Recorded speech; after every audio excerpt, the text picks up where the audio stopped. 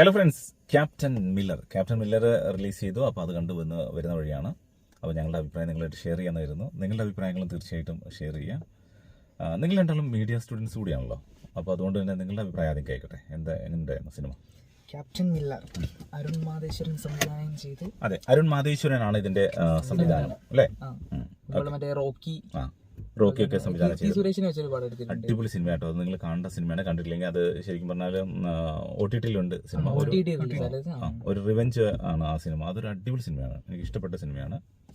Okay, എന്ത് തോന്നുന്നു Ajay? Cinema നല്ലൊരു മേക്കിംഗ് തന്നെയാണ്. മൂവി ഫുള്ള് ത്രൂ ഔട്ട് ആ ഒരു മൂവിയിൽ നമുക്ക് കാണാൻ പറ്റുക. അത്രയും ഡീറ്റെയിൽ ആയിട്ട് കൊടുത്തിട്ട് ഡീറ്റെയിൽസ് ഓരോ പാർട്ടും അത്രയും അനലൈസ് ചെയ്ത് പോയിട്ടാണ് വന്നിട്ടുള്ളത് അല്ലേ? ഇതിന്റെ ഒരു മേക്കിംഗ് തന്നെയാണെന്ന് തോന്നുന്നില്ല ഈ സിനിമയുടെ ഏറ്റവും വലിയ പ്രത്യേകത. അതൊരു സാധാ ഒരു ടിപ്പിക്കൽ തമിഴ് സിനിമയല്ല, അതിനപ്പുറത്തേക്ക് അതിനെ കൊണ്ടുപോകാൻ അവർ ശ്രമിച്ചിട്ടുണ്ട് അല്ലേ? Hollywood touch. ഹോളിവുഡ് ടച്ചില് പ്രത്യേകിച്ച് അതെ, ഇതിൽ ഓരോ രംഗങ്ങളൊക്കെ കാണുന്ന സമയത്ത് ഇതിൽ ചില രംഗങ്ങൾ എനിക്ക് വളരെ ഇഷ്ടപ്പെട്ടു. അതിൽ ഒന്ന് ഞാൻ ശരിക്കും പറയുകയാണെങ്കിൽ നമ്മുടെ ജാക്ക് സ്പാരോ അല്ലേ, നമ്മുടെ പൈററ്റ്സ് ഓഫ് ദ കരീബിയൻ, അതുപോലെ തന്നെ ഇന്ത്യാന ജോൺസ്, ഇതിലേക്കുള്ള ചില സംഭവങ്ങൾ, ചില ആ ഒരു അതിന്റെ ഒരു സ്റ്റൈല് ഇതിലൂടെ കൊണ്ടുവന്നുണ്ട്. കൊണ്ടുവന്നുണ്ട്. അത് അടിപൊളിയാണ്, നല്ല രസമുണ്ട് കേട്ടോ അത് കാണാൻ. വെറുതെ അല്ല, പ്രത്യേകിച്ച് ആ ഫിലിമിന്റെ ആദ്യ പകുതി കഴിയുന്ന എൻഡ് ചെയ്യുന്ന സമയത്തേ സൂപ്പർമാന്റെ ബൈക്കിലുള്ള സംഭവം ഇങ്ങനെ ഇളകി കളിക്കുന്നത് പോലെ ഒരു സാധനം കൊടുത്തുണ്ടോ അല്ലേ? അത് നല്ല രസമുണ്ട്. ശരിക്കും ആ പടങ്ങൾ വെച്ച് കമ്പയർ ചെയ്ത് അല്ലല്ല, അങ്ങനെ ആ സിനിമയായിട്ടല്ല ഞാൻ പറഞ്ഞത് കമ്പയർ ചെയ്യുന്നത്. അതിൽ ചില ഷോർട്സുകളുടെ ഒരു സദൃശ്യം, പക്ഷെ നല്ല രസമുണ്ട് കേട്ടോ അത് ചെയ്തത്. വെറുതെ കുത്തി നിറച്ചല്ല. ഇതില് എനിക്ക് തോന്നുന്നു ആദ്യ പകുതിയുടെ അവസാനത്തെ 15 മിനിറ്റ് നടക്കുന്നൊരു അത് ചേസിങ് വിത്ത് ഒരു വാറാണ്, ഒരു വാർ. ഒരു 15 മിനിറ്റ് കണ്ടാൽ നമുക്ക് തോന്നുന്നില്ല ഇതൊരു തമിഴ് മൂവിയാണെന്ന്. ഒരു ഹോളിവുഡ് മേക്കിംഗ് അടിപൊളിയായിട്ട് ചെയ്തിട്ടുണ്ട്. അതിന്റെ ബ്ലാസ്റ്റിംഗ് ഒക്കെ എന്ന് പറഞ്ഞാൽ ഭയങ്കരമായിട്ട് റിയലിസ്റ്റിക് ആണ്. ഭയങ്കര റിയലിസ്റ്റിക് ആയിട്ടുള്ള ഫീൽ നമുക്ക് വരുന്നുണ്ട്. അത് എന്തായാലും അരുൺ മാതേശ്വരൻ ഇതുവരെ എടുത്തതിൽ വെച്ചിട്ട് ഒരു ഏറ്റവും കുറച്ച് ടഫസ്റ്റ് ആണെന്ന് തോന്നുന്നു. കാരണം ഈ കഴിഞ്ഞ ഇത് വെച്ച് നോക്കുമ്പോൾ, പടങ്ങൾ വെച്ച് നോക്കുമ്പോൾ അവിടെ നമ്മുടെ സ്റ്റണ്ടിന് നമ്മൾ സ്വാഭാവികമായിട്ടും ദിലീപ് സുബ്രായന് നമുക്കൊരു മാർക്ക് കൊടുക്കുന്നത്. തീർച്ചയായിട്ടും ദിലീപ് സുബ്രായനാണ് ഇതിന്റെ സ്റ്റണ്ട് മാസ്റ്റേഴ്സ് ആണ്. അപ്പൊ അവര് മാസ്റ്ററാണ്. അപ്പൊ അദ്ദേഹത്തിന്റെ ഒരു നല്ലൊരു കഴിവ്, നല്ലൊരു എഫേർട്ട് ഇതിൽ കാണാനുണ്ട്. അത് കാരണം സ്റ്റണ്ട് എന്ന് വെച്ചാൽ ഫൈറ്റ് എന്ന് വെച്ചാൽ നോർമലുള്ള ഇടി പരിപാടി അല്ല, കാര്യങ്ങൾ അല്ല അതാട്ടോ, നേരിട്ടുള്ള ദ്വന്ദ്വ യുദ്ധങ്ങളല്ല ഇവിടെ, ഫുൾ ഗൺഷോട്ട് ഫയറിംഗ്. അതാണ് ആ ഒരു ടൈപ്പാണ് ബോംബ് ബ്ലാസ്റ്റിംഗ്, ആ സംഭവങ്ങൾ. ശരിക്കും ഇത് നോക്കിക്കഴിഞ്ഞാൽ വേറെ രീതി നോക്കിക്കഴിഞ്ഞാൽ ഒരു വാർ സിനിമ. എനിക്ക് ശരിക്കും തോന്നി എന്താ അറിയോ, ഒരു കൊറിയൻ ചില കൊറിയൻ മൂവികളിൽ ശ്രദ്ധിച്ചിട്ടുണ്ടോ? ചില ഗോത്ര ഗ്രാമങ്ങളൊക്കെ കീഴടക്കുന്ന കൊറിയൻ മൂവീസ് ശ്രദ്ധിച്ച് ഞാൻ വന്നിട്ട്. പിന്നെ നമ്മുടെ ഇയാളുണ്ടല്ലോ ഓങ്ച, മറ്റേ എന്തായിരുന്നു അവരുടെ പേര്, എനിക്ക് പെട്ടെന്ന് ഓർമ്മയിലേക്ക് വന്നില്ല, പെട്ടെന്ന് വിട്ടുപോയി. അപ്പോൾ അങ്ങനെയുള്ള ചില സിനിമകളിലെ ടോണി ചേട്ടൻ ഉദ്ദേശിച്ചത്, ടോണി ചേട്ടന്റെ സിനിമകളുണ്ടല്ലോ, അതെ ഓങ് ബാക്ക് അല്ലേ? അതില് ഇപ്പൊ ടോണിച്ച മുമ്പ് അഭിനയിച്ച കുറെ സിനിമകളുണ്ട്. ഗോത്ര ഗ്രാമങ്ങളിലെ മറ്റുള്ളവർ പിടിച്ചെടുക്കുന്ന സമയത്ത് അവിടെ നിന്ന് രക്ഷപ്പെടാൻ വേണ്ടി അവർ നടത്തുന്ന ഫൈറ്റുകളിലെ അതിന് തുല്യമായ രീതിയിൽ എനിക്ക് ഈ സിനിമ തോന്നിട്ടോ. ശ്രദ്ധിച്ചിട്ടുണ്ടോ? അങ്ങനെ തോന്നിയായിരുന്നു നിങ്ങൾക്ക് എപ്പോഴും? ഇതൊരു കംപ്ലീറ്റ് ഔട്ട് ആൻഡ് ഔട്ട് ഒരു ചെറുത്തുനിൽപ്പാണ്. ഒരു ഗ്രാമത്തിന്റെ എന്ന് പറയാൻ പറ്റില്ല, രണ്ട് രീതിയിലാണ് ഈ ഗ്രാമത്തിലെ ജനങ്ങൾ ഫേസ് ചെയ്യുന്നത്. ഒന്ന്, സ്വന്തം രാജാവിൽ നിന്നുമുള്ള പ്രശ്നങ്ങൾ വരുന്നു, ഒപ്പം തന്നെ ബ്രിട്ടീഷുകാരിൽ നിന്നും. ആ ഒരു കൊളോണിയൽ കാലഘട്ടത്തെയാണ് ഇതിൽ കാണിക്കുന്നത് അല്ലേ? ഓക്കെ, എങ്ങനെയുണ്ടായിരുന്നു ഇതിന്റെ ബാക്ക്ഗ്രൗണ്ട് സ്കോറിനെ പറ്റി? എഡിറ്റിംഗ് ഒക്കെ ചെയ്യുന്നല്ലോ അജയ് എന്ന് പറയുന്നത്. ബാക്ക്ഗ്രൗണ്ട് സ്കോർ ഓക്കെയാണ്, ബട്ട് ചില ടൈമിന് ഒരു ഡിസ്ട്രാക്ഷൻ ആയിട്ട് ആവശ്യമില്ലാത്ത സ്ഥലത്ത് അത്രയും ലൗഡിൽ ബാക്ക്ഗ്രൗണ്ട് സ്കോർ കയറിയോന്നൊരു ഡൗട്ട് ഉണ്ട്. ബിജിഎം കൊടുത്ത അദ്ദേഹത്തിന്റെ പേരെന്തായിരുന്നു കറക്റ്റ് അറിയില്ല കേട്ടോ എനിക്ക്. ഓക്കെ, അഭിനയ അഭിപ്രായം എന്താ ശരിക്കും ബിജിഎം കൊടുത്തത്? അതൊരു ആ പടത്തിന് അത് ആവശ്യമാണ്. കാരണം ആവശ്യമില്ലാതുള്ള എന്താ പറയാ കുത്തിക്കയറ്റം ഉണ്ടെന്നൊന്നും എനിക്ക് തോന്നിയിട്ടില്ല അതില്. അതൊക്കെ ഒരു ഫോക്ക് ടൈപ്പാണ് ബിജിഎം ഉദ്ദേശിച്ചത്. അതാണ് ഇതിന് എനിക്ക് ഏറ്റവും ഇഷ്ടപ്പെട്ട ഒരു സംഭവം എന്താണെന്ന് വെച്ചാൽ, ഇതിനകത്ത് ഉപയോഗിച്ചുള്ള ബിജിഎമ്മിലെ എലമെന്റ്സുകൾ ശരിക്കും ഇതൊരു ഗോത്ര ഗ്രാമമാണ്. അപ്പോൾ അവർ ഉപയോഗിക്കുന്ന ഒരുപാട് മ്യൂസിക്കൽ ഇൻസ്ട്രുമെന്റ്സ് ഉണ്ടല്ലോ, ആ ഇൻസ്ട്രുമെന്റ്സുകൾ ഇതിന്റെ ബാക്ക്ഗ്രൗണ്ടിൽ അവരുടെ ഇമോഷൻസിനെ പ്രതിഫലിപ്പിക്കാൻ വേണ്ടിയുള്ള പല സ്ഥലങ്ങളിലും അടിപൊളിയായിട്ട് ഉപയോഗിച്ചിട്ടുണ്ട്. ഇപ്പോൾ പിന്നെ അജയ് പറഞ്ഞ പോലെ ചില സ്ഥലങ്ങളിൽ അനാവശ്യമായിട്ട് ആ സൗണ്ട് അതേപോലെ ഹൈ പിച്ചിൽ ഇങ്ങനെ പോകുമ്പോൾ നമുക്കൊരു ചെറിയൊരു ഭയങ്കര ലൗഡായിട്ടൊരു ജി വി പ്രകാശാണ് അല്ലേ അതിന്റെ ഇത് ബാക്ക്ഗ്രൗണ്ട് സ്കോർ ചെയ്തിട്ടുള്ളത്. അത് സംഭവം അതിലെ. പിന്നെ എനിക്കിതിൽ ഏറ്റവും ഇഷ്ടപ്പെട്ട വേറെ സംഭവം എന്താ വെച്ചാൽ, ഇതിലെ ഓരോ സംഭവങ്ങൾക്ക് ഓരോ പാട്ടുകളല്ല, കവിതകളാണ്. കവിതകൾ എന്ന് പറഞ്ഞാൽ ശരിക്കും നമുക്കറിയാലോ, തമിഴ് എന്ന് പറഞ്ഞാൽ ഭയങ്കര വീരം ഉള്ള സംഭവമാണല്ലോ. അപ്പൊ ആ ഒരു അവരുടെ യുദ്ധ ഗതകാല സ്മരണകളെ ഒക്കെ അയവിറക്കുന്ന രീതിയിലുള്ള അടിപൊളി കവിതാ ശകലങ്ങൾ ഇങ്ങനെ കറക്റ്റ് ആണ് കേട്ടോ, സ്പോട്ട് ചെയ്തത് കറക്റ്റ്. അനാവശ്യമായിട്ട് അങ്ങനെ ഒന്നും ഇല്ല, ഒരു പാട്ടോ കവിത ഒന്നും അനാവശ്യമായിട്ടില്ല. ഒരുപാട് അർത്ഥങ്ങൾ അതെ, അതിലൊരു കഥ പറയാണ്, അതായത് ആ കവിതയിൽ ഒരു കഥ പറയാണ്. അപ്പൊ നടന്ന സംഭവങ്ങൾ ഇങ്ങനെ നടക്കുകയാണ്, അതിനെ എലിവേറ്റ് ചെയ്യാൻ വേണ്ടി ഉപയോഗിക്കുകയാണ്. ആ ഉപയോഗിക്കുന്ന വാക്കുകൾ അതനുസരിച്ചുള്ള BGM അതിൽ വരുന്നത്. അടിപൊളിയായിട്ട് എനിക്കത് ഫീൽ ചെയ്തു. എനിക്ക് തോന്നുന്നു ഈ ഡയലോഗ്സ് അതേ പറഞ്ഞോണം, ഇൻഡയറക്റ്റ് ആയിട്ട് പല കാര്യങ്ങളും പറയുന്നുണ്ട് ഡയലോഗ്സില്. പിന്നെ കാണേണ്ട ഇത് സിനിമയ്ക്ക് പോകുന്ന ആൾക്കാർ നിങ്ങൾ ശ്രദ്ധിക്കുക, ഇതിന്റെ സ്ക്രീൻ സൈസ് ചെറുതായി വരും, വലുതായി വരും. അല്ലേ? അത് ശരിക്കും പറഞ്ഞാൽ ആ ഒരു ക്യാരക്ടർ ധനുഷിന്റെ എന്ന് പറഞ്ഞ ഒരു ക്യാരക്ടറിന്ന് മില്ലറിലേക്കുള്ള ഒരു പ്രയാണം, ഒരു പ്രയാണം, ആ ട്രാൻസ്ഫോർമേഷൻ ആണ്. ആ ട്രാൻസ്ഫോർമേഷൻ ശരിക്കും മില്ലറായി വരുമ്പോ സമയത്തുള്ള ആ ഫുൾ സ്ക്രീനിലേക്ക് എത്തും. സ്ക്രീൻ എന്താ വെച്ചാൽ തീരെ ചെറിയ സ്ക്രീനാണ് നല്ല ഉദ്ദേശിച്ച്. ആ സ്ക്രീൻ ഇങ്ങനെ വേരി ചെയ്ത് വരുന്ന മീഡിയ സ്റ്റുഡൻസ് ആയതുകൊണ്ട് നിങ്ങളത് ശ്രദ്ധിക്കുന്നു.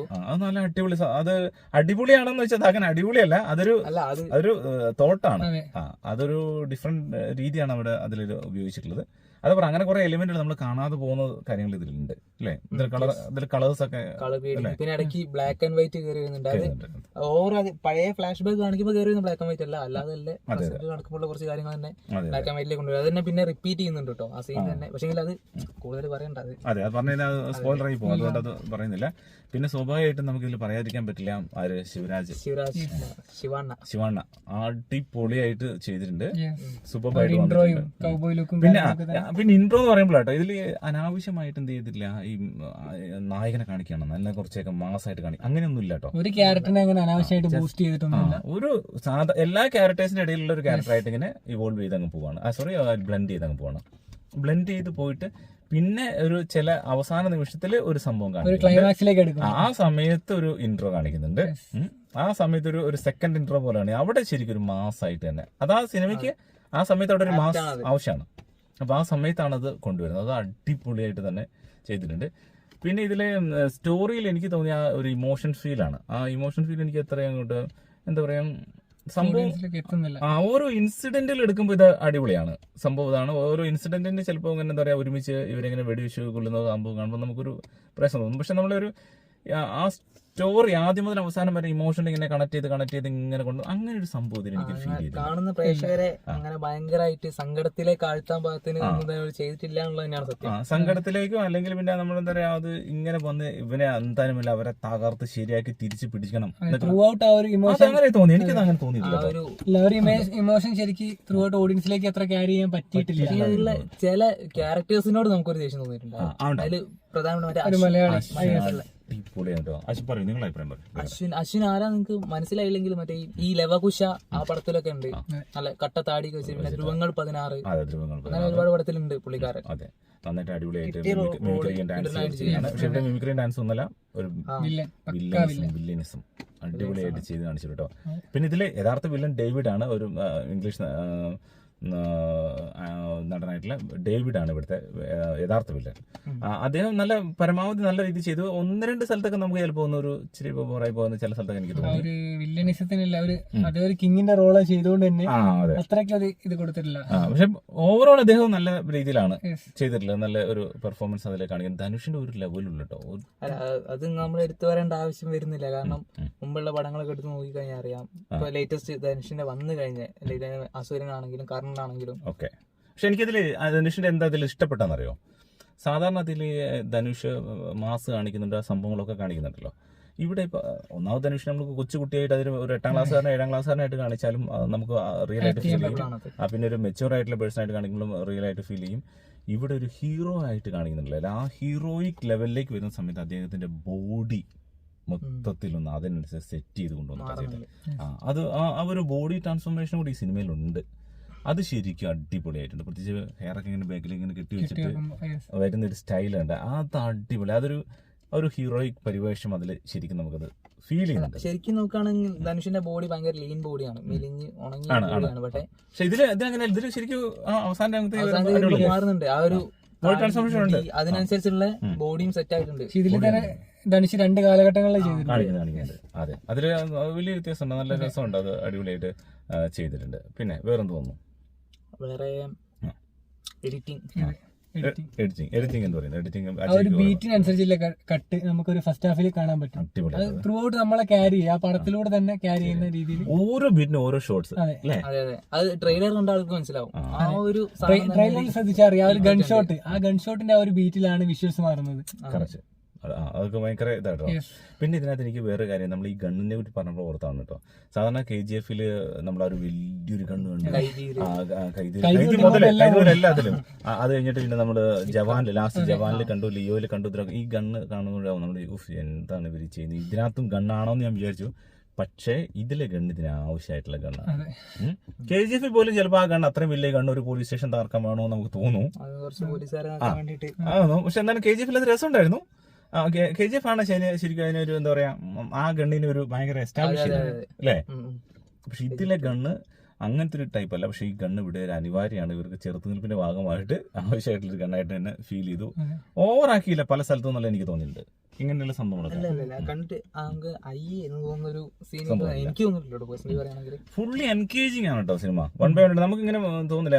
അതിന്റെ BGM ഈ പറഞ്ഞ പോലെ അതെല്ലാം ഇങ്ങനെ ഒരേപോലെ കണക്ട് ചെയ്ത് വരുന്നതുകൊണ്ട് നമുക്കത് അത്ര ബോറിംഗ് ആയിട്ട് അല്ല, എവിടെയും നമുക്കിങ്ങനെ വേറെ എങ്ങോട്ടേ മാറിയിരിക്കാനോ ഒരു ക്ഷീണോ അതിൽ നമ്മുടെ സിനിമയിൽ നിന്ന് ഇങ്ങനെ മാറി നിൽക്കുമെന്ന് എനിക്ക് തോന്നിയില്ല.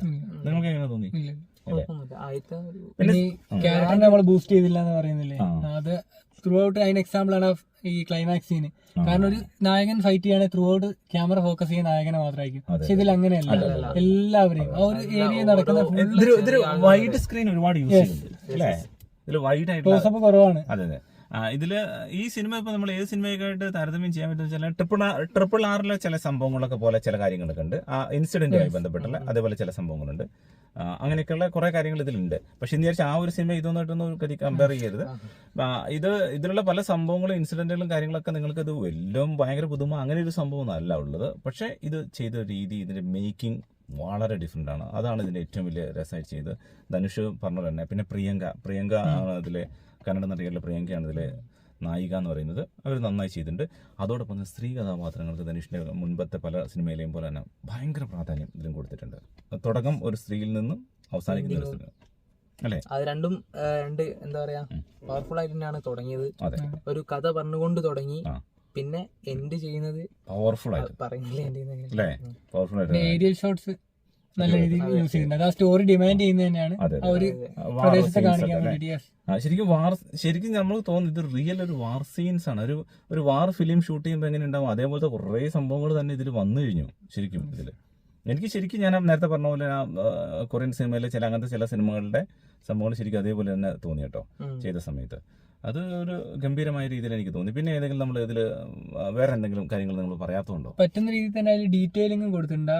ബ്ലാസ്റ്റിന്റെ സീനിലൊക്കെയാണ് തന്നെ സോൾജേഴ്സ് തെറിച്ച് വീഴുന്നതും കാര്യങ്ങളൊക്കെ കൊടുത്തിട്ടുണ്ട്. ഡെമ്മി ആയിരിക്കാൻ യൂസ് ചെയ്തെങ്കിൽ പോലും അത് കാണിച്ചിട്ടുണ്ട്. നമ്മൾ അറിയുന്നില്ല കേട്ടോ, അങ്ങനെയൊന്നും അറിയുന്നില്ല. അതൊക്കെ നല്ല അടിപൊളിയാണ്. അപ്പോൾ നിങ്ങൾ സിനിമ സ്വാഭാവികമായിട്ടും പോയി കണ്ടിട്ട് നിങ്ങളുടെ അഭിപ്രായങ്ങൾ ഇതിൽ വ്യത്യസ്തമായ എന്തെങ്കിലും കാര്യങ്ങളൊക്കെ നിങ്ങൾ കണ്ടിട്ടുണ്ടെങ്കിൽ തീർച്ചയായിട്ടും അറിയിക്കുക. പിന്നെ പ്രോപ്പർട്ടീസിന്റെ കാര്യത്തിൽ എലമെന്റ്സ് ആഡ് ചെയ്തിട്ടുള്ള അത് കുറച്ചൊരു ഈ സമയത്ത് ഇതൊക്കെ ഉണ്ടോ എന്നൊരു തോന്നൽ. അത് ചെറിയൊരു നല്ലൊരു പോയിന്റാണ് അവര് പറഞ്ഞത്. എന്താണെന്ന് വെച്ചാൽ ഈ നമ്മൾ ഈ പഴയ കാലത്തെ ചില സംഭവങ്ങൾ കാണിക്കുന്ന സമയത്ത് ചില കാര്യങ്ങളൊക്കെ നമ്മൾ ഇപ്പൊ പുതിയ ആ ഒരു ഇതിലേക്ക് വന്നത് ഒന്നും വേണ്ട. ട്രയംഫ് ബൈക്ക് അതിനകത്തൊരു സംഭവം കാണിക്കുന്നത്. അതെ അതെ, മണ്ണ് വാരി തേച്ച പോലെ സ്വാതന്ത്ര്യം കിട്ടുന്നതിന് മുമ്പുള്ള ഒരു കഥയാണ് കേട്ടോ. അതെ അതെ അതെ. പക്ഷെ ആ കാലഘട്ടത്തിലുള്ള ബ്രിട്ടീഷുകാർ ഉപയോഗിച്ചിട്ടുള്ള വണ്ടികളും കാര്യങ്ങളൊക്കെ ഇതിൽ വരുന്നുണ്ട്. പിന്നെ ആ വണ്ടികളൊക്കെ തന്നെ എന്താ പറയാ, നമ്മള് അത് കഥ ഡിമാൻഡ് ചെയ്യുന്ന രീതിയിൽ കൊണ്ടുവന്നിട്ടുണ്ടെങ്കിൽ നമുക്ക് തന്നെ ചിലപ്പോൾ തോന്നും ഇതൊക്കെ അന്ന് ഉണ്ടായിരുന്നു, ഈ ഇത്രയും സംഭവങ്ങൾ ഇവർക്ക് ഉപയോഗിക്കാൻ പറ്റുമായിരുന്നു. പിന്നെ കഥയിൽ ചോദ്യമില്ല എന്ന് പറഞ്ഞല്ല, ചില കാര്യങ്ങളൊക്കെ നമ്മളങ്ങനെ മറക്കേണ്ടതായി വരും, സ്വാഭാവികമായിട്ടുള്ളതാണ്. പക്ഷേ ഓവറോൾ ഇത് നിങ്ങൾക്ക് കണ്ടിരിക്കാൻ പറ്റിയൊരു സിനിമ തന്നെയായിരിക്കും. പ്രത്യേകിച്ച് ഒരു കാര്യം നിങ്ങൾ ശ്രദ്ധിക്കുക, നിങ്ങൾ ഇമോഷണലി ക്യാരി ചെയ്ത് ഇങ്ങനെ വലിയതായിക്കൊണ്ട് അവരെ എന്തായാലും തിരിച്ചടിക്കണം, തകർത്ത് തരിപ്പണാക്കി തിരിച്ചു കൊണ്ടുപോകാൻ അങ്ങനെയൊന്നും നിങ്ങൾ ഫീൽ ചെയ്യരുത്. അങ്ങനെയൊന്നും എനിക്ക് ഫീൽ ചെയ്തിട്ടില്ല. അതേ സമയം ഇത് 1 ടൈം വാച്ചബിൾ ആയിട്ടുള്ള നമുക്കൊന്ന് ബോറിംഗ് ഇല്ലാതെ തിയേറ്റർ എക്സ്പീരിയൻസ് ആണ് കേട്ടോ. അത് വളരെ ഇമ്പോർട്ടൻ്റ്. OTT സിനിമ അല്ല. അല്ലേ? തിയേറ്റർ എക്സ്പീരിയൻസ് എക്സ്പീരിയൻസ് ആണ് അത്. പറ്റുമെങ്കിൽ നിങ്ങൾ ഡോൾബി അറ്റ്മോസിലൊക്കെ പോയി കണ്ടിരുന്നാൽ ഒരു സെൻട്രൽ പൊസിഷനിലൊക്കെ വന്നിരുന്ന അടിപൊളിയായിരിക്കും. നമ്മളങ്ങനെ ഇരുന്നു, അത് നമ്മൾ അങ്ങനെ ടിക്കറ്റ് എടുത്തുകൊണ്ട് നമുക്ക് അതിൻ്റെ ആ സൗണ്ട് എഫക്റ്റും കാര്യങ്ങളൊക്കെ അടിപൊളിയായിട്ട് കറക്റ്റായിട്ട് കിട്ടി. നമുക്കത് അങ്ങനെ ചെയ്യുമ്പോൾ ഇങ്ങനത്തെ സിനിമകളൊക്കെ അങ്ങനെ പോയി കാണുമ്പോൾ നമുക്ക് തന്നെ ഒരു രസം ഉണ്ടാവും, നമ്മളെ കൂടുതൽ എൻഗേജ്ഡ് ആവും. അല്ല നമ്മളൊരു ഇതൊന്നും ചെറിയ മൊബൈലിലോ അല്ലെങ്കിൽ ജസ്റ്റ് OTT പ്ലാറ്റ്ഫോമിൽ ടിവിയിലൊന്നും കണ്ടിട്ട് കാര്യമില്ല, ഒരിക്കലും കാര്യമില്ല. അപ്പോൾ നിങ്ങൾ തീർച്ചയായിട്ടും കാണുക, കണ്ടിട്ട് നിങ്ങളുടെ അഭിപ്രായം തീർച്ചയായിട്ടും പറയാം. തീർച്ചയായിട്ടും മറ്റു സിനിമയുടെ വിശേഷങ്ങളായിട്ട് വീണ്ടും വരാം. Okay, it's me Surya Dhanish. Ajay. Abhi. Have a good day. Bye for now.